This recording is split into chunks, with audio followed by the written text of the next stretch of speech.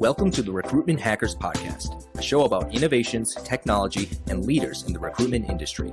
Brought to you by TalkPush, the leading recruitment automation platform.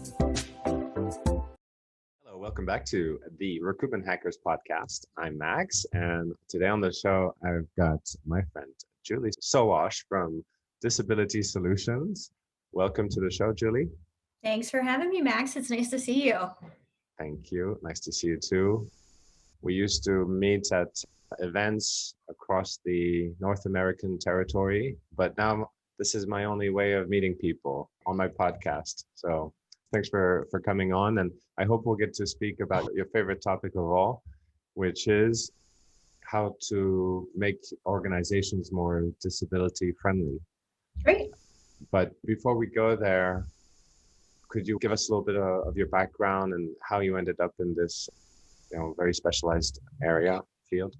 Yeah. So as you said, I'm the executive director of Disability Solutions. So we are a nonprofit based out of New York and Connecticut that work with Fortune 5000 global companies, also SMBs, to help create really end-to-end talent acquisition solutions for people with disabilities and veterans with disabilities. So you can almost think of us like a niche RPO for that talent pool. So there it's like employer branding, videos, culture, training, or like even I need to fill these positions, go find them.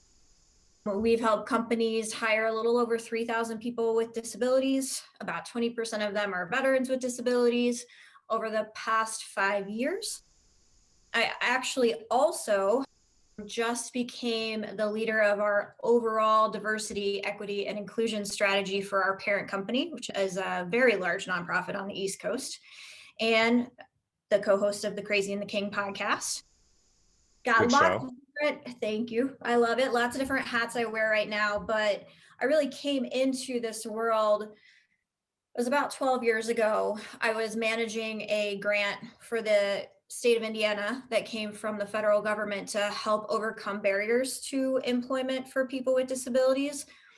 And it was also at that time where I was really struggling with my disability and my mental health. And I've had several mental illnesses that I'll live with for the rest of my life since I was probably 19, 20. And really through the work that I did in the disability community and through this grant and through the amazing people that I worked for, did I understand I didn't have to live in this constant instability. And so I really found that right around the age of 30 and have been just passionate about making a difference for my community since then. And what I really learned is that government is surely not going to change the world for anyone. They're not going to change the way that society perceives us, the way that employers treat us. And so we have to work directly with the employer to help them understand our value, understand our impact, and really understand that just like any other community you're investing in from a talent pool perspective, we should be one of those. Mm-hmm. Brilliant. And I just came across, I was showing you this presentation where I just came across this umbrella term called Neurodivergence. Is that what we saw? Is that how we talk about people with mental disability in general these days? So no, neurodivergent is like people with autism, people with Asperger's, people with ADHD, ADD. Technically, I fit in the neurodivergent category, but I don't say I'm neurodivergent. I say that I have a mental illness because there's so much stigma around mental illness that we keep coming up with new terms to not deal with us. But in full transparency, it was my neurodivergent disability that took the longest to get diagnosed and was the one I needed diagnosed to get stable. So, it's just how people label themselves. And as I have this really big opportunity, a big platform, and I don't feel like I can hide behind any of that stuff. I have a lot of privilege that comes with having a hidden disability and being white. And so I try to talk as much about mental illness as I can to help remove that stigma. Yeah. I totally get it. And that honest talk about mental illness is why, I think a lot of people would kind of outside the US would roll their eyes a little bit when instead of calling people blind, we would call them, what's it called? Visually impaired. Visually impaired. Yes. It's all these, thank you. All these terms that are used not to offend and which are describing the same thing. Yeah, exactly. But talking to employers directly then, which you say that's the solution. We need to talk to the employers directly. Is part of the approach to talk about the upside that comes with the downside, meaning some of the, if we talk about mental illness, I guess some of the greatest geniuses in the world have had serious mental illness, and some of the great philosophers, many of the people I've read when I grew up, I found out that they were really troubled people because we had to read philosophy in school, and these people, they all end up in the loony bin at some point. But obviously they're geniuses, they're great writers. And so, I don't want to draw general conclusions. It doesn't mean that everybody who's a schizophrenic is a great writer, but how do you communicate around the upside of hiring someone with a mental illness? So I think maybe it's not the upside of hiring someone with a mental illness is that you've already hired lots of people with mental illness, but you're losing them because you're not building your systems, you're not building your benefits, you're not building a leadership structure that allows them to flourish, right? If we teach our leaders how to lead, mental health in the workplace is going to be a much more manageable thing, right? So I've had good leaders, I've had good mentors who've had mental illness that have taught me how to manage the things I need to manage. I'm lucky enough to be able to pass that on now. And so much of the thing around hiring mental illness is just what you said, right? It's either fake, right? Julie, you're just high strung, get over yourself. Or it's fear. Well, Julie might come in and shoot up the place. And so we really have to get past that piece first and say, the first thing that you need to understand is that we already exist in your workplace. We're already thriving and driving a lot of things in your workplace, but you're losing a lot of people who could be thriving and driving because you're not attending to the whole person. And you're just treating them as the cog. And I know that doesn't answer your question exactly, but there's a lot of barriers we have to get through first to get to the place where you see a benefit, because right now, so many employers can't even see past it as a reality. And so that's kind of the first step. And I would say, just kind of keeping things uber personal, I wouldn't give my disabilities back, right? They make me really good at what I do. Like really, really good. And if my brain didn't work the way that it did, we wouldn't have 3,000 people working, right? We wouldn't have systems and brands and things that we can change the world with. But I wasn't always that way, right? And so once I had an employer where I could talk openly about who I was able to get the help that I needed to become who I am today. And that piece, if we think about it, that's the long-term benefit. That's why you hire someone, because they're going to come and they're going to stay. They're going to get shit done, right? Sorry, is this an explicit podcast? They're going to get things done, and they're going to bring to the table a different way of thinking than how you think as an able-bodied, able-minded person. And that's the benefit. Yeah.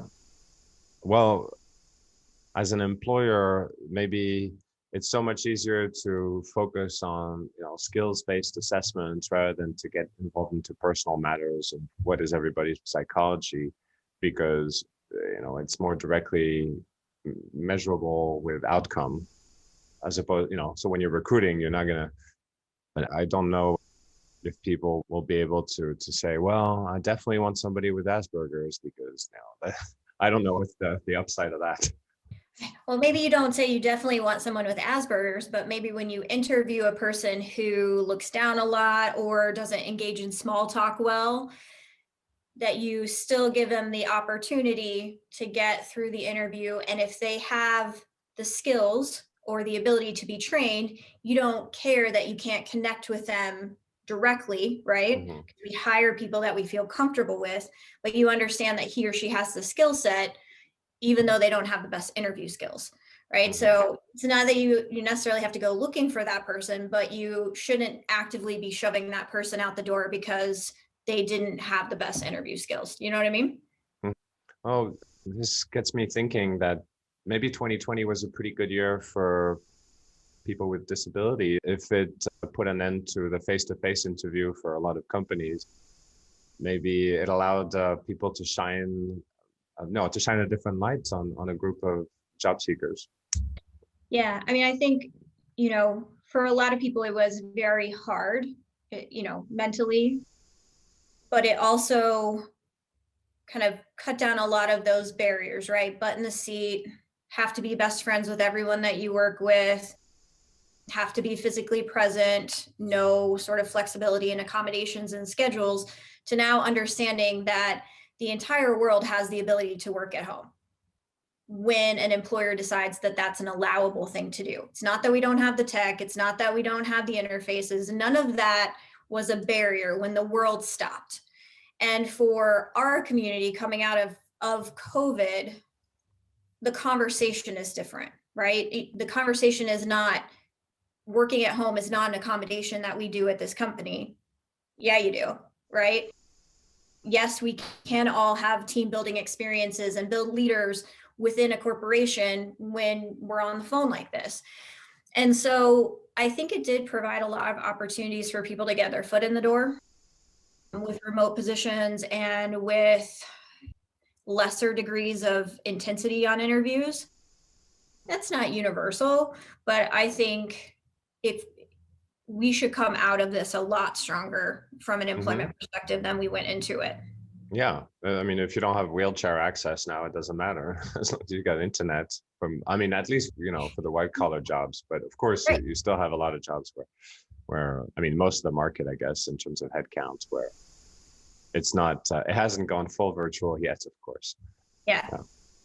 Well, that's great to hear on the market and the talent pools opening up and processes being adapted. I'm curious. One thing that I run a company where we try to open we try to expand the talent pool as much as possible. The more applicants come in for our customers, the better, and the better for us actually, because then we get to use all of our technology to really fast track the best candidate. So I'm all for opening things up, and I'd be curious to hear if you have any advice on how we can create a good experience for different groups. I don't know where to begin because you cover a lot of ground on disability, but perhaps you could pick one that you think could work for me. Yeah, I mean, so if we just even think about recruitment marketing, right? We've got candidate pools and talent pools and all these kind of things for everyone. We've got all of this very intensive diversity branding that's out there that companies are trying to use to draw in candidates that value diversity. Almost none of those include talent with disabilities. And when they do, a lot of the time, it is the stock wheelchair photo, right? It's not real stories. It's not real people at work. It's not leaders within your organization. And so one thing that companies can absolutely do better is to tell that story, right? We can't bring our whole selves to work if we know that hitting the gate, you value every diversity group but ours. And we're the largest, right? I mean, there are 61 million Americans and over 1 billion people in the world with disabilities. And so you're actively pushing that talent pool out the door, and you're not inviting them in the way that you're focusing on bringing any other group in. And I think also with that, in terms of a branding perspective, you also have to recognize is that we are the group that everyone can be a part of. So when you're trying to attract Black talent, when you're trying to attract Black women, diverse or disability runs through those populations, and they have sometimes less access to services and care than I do. And so when you live in the intersections, right, and you start to understand that from a branding perspective and an employer brand perspective, the nuance of including disability becomes a lot easier.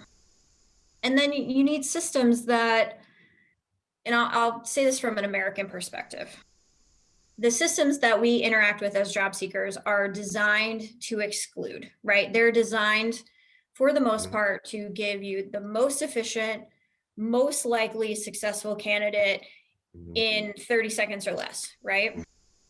And not just disability, but those data management techniques, assessments, all of those pieces and parts will push disability out.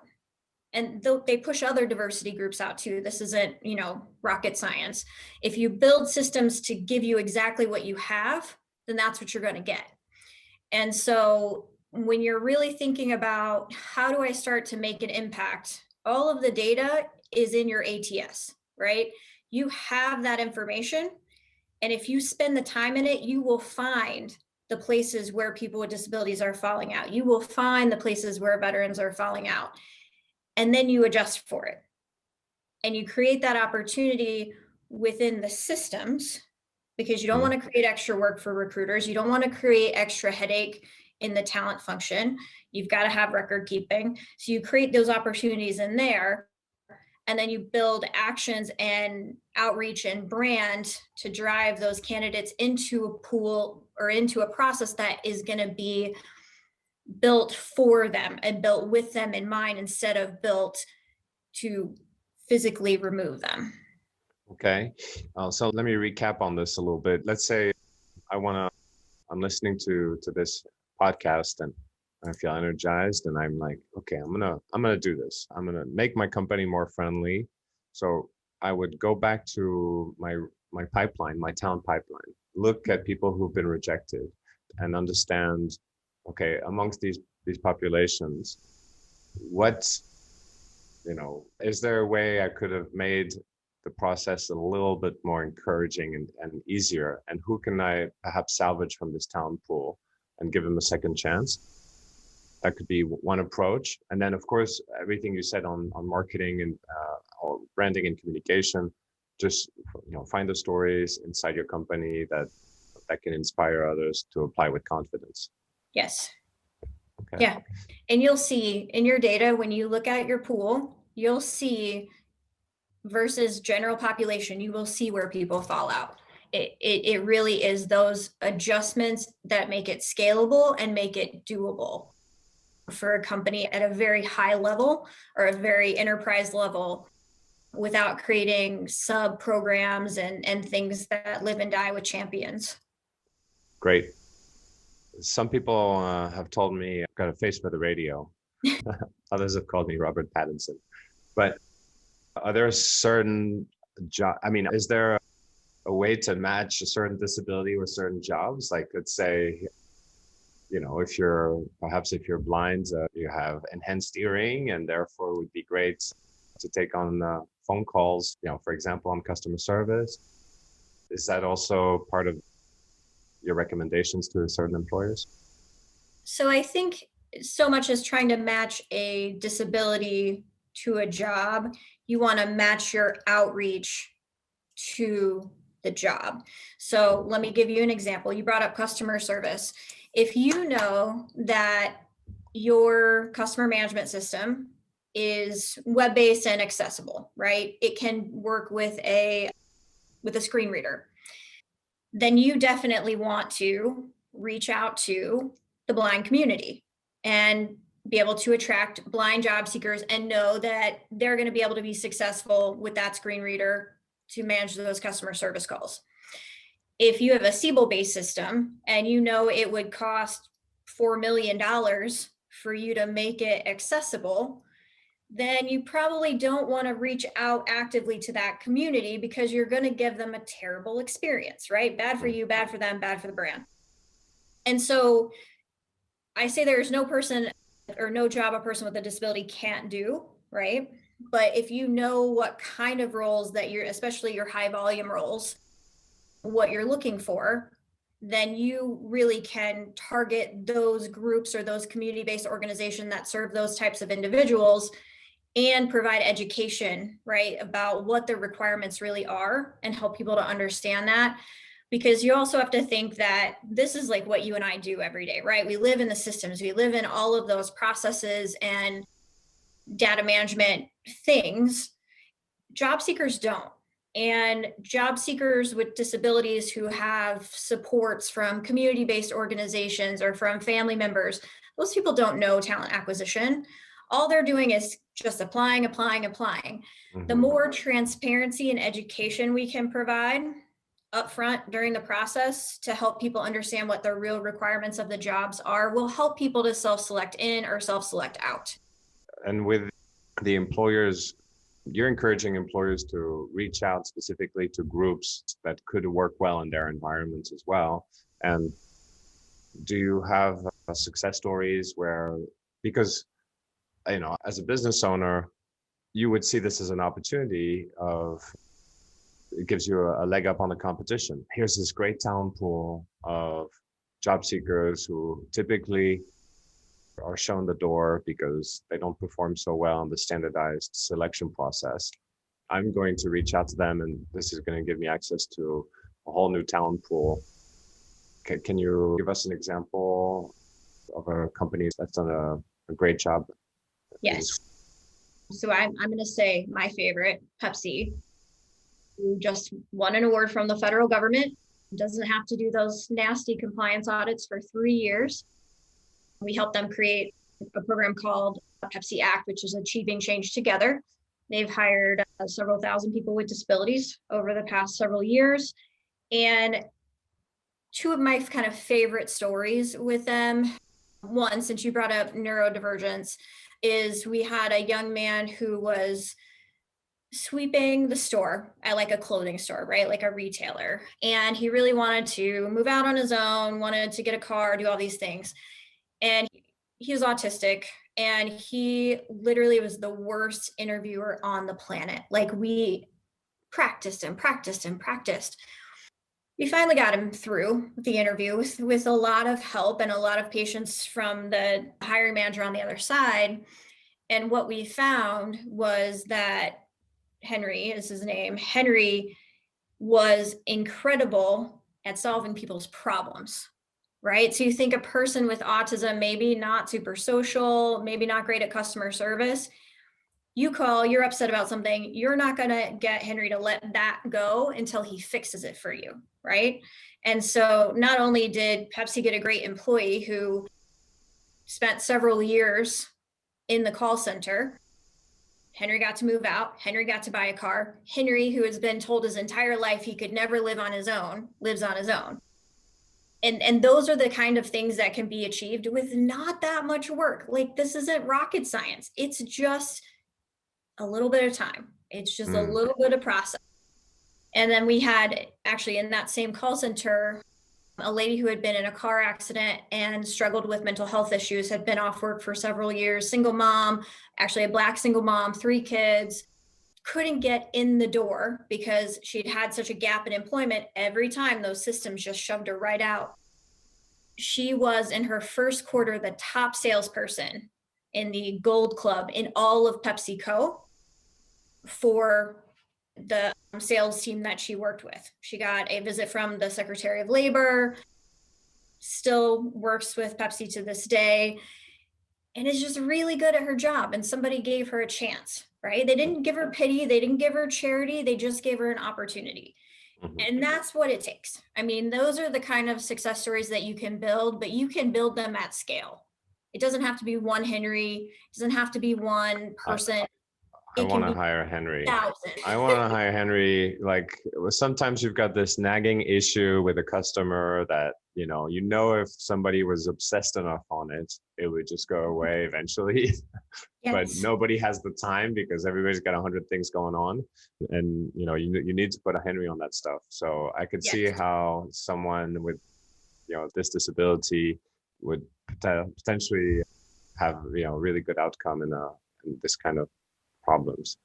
So really good example. Great. Well, Julie, we've only just touched these topics. I'm sure people will want to know more and study this and open these opportunities for their talent acquisition strategy. How do they get a hold of you? Well, maybe you should first connect them to your podcast, and then what's the best way to get a hold of you? So you can find the podcast at crazyandtheking.com, and LinkedIn, just Julie Sowash, Disability Solutions. easy enough. And Twitter at Julie Sowash, Sowash, just how it sounds. All right. Thanks, Julie. Thanks for coming on. Yeah, thanks for having me. That was Julie Sowash from Disability Solutions telling us a little bit of good news that came out of COVID and last year, that the talent with disability was actually helped a lot by the transition of the market, as employers realized that physical presence was not a prerequisite for a lot of jobs, creating opportunities for a much broader segment of the population. Hope you enjoyed Julie's interview, and if you did, please subscribe and share the Recruitment Hackers podcast with friends.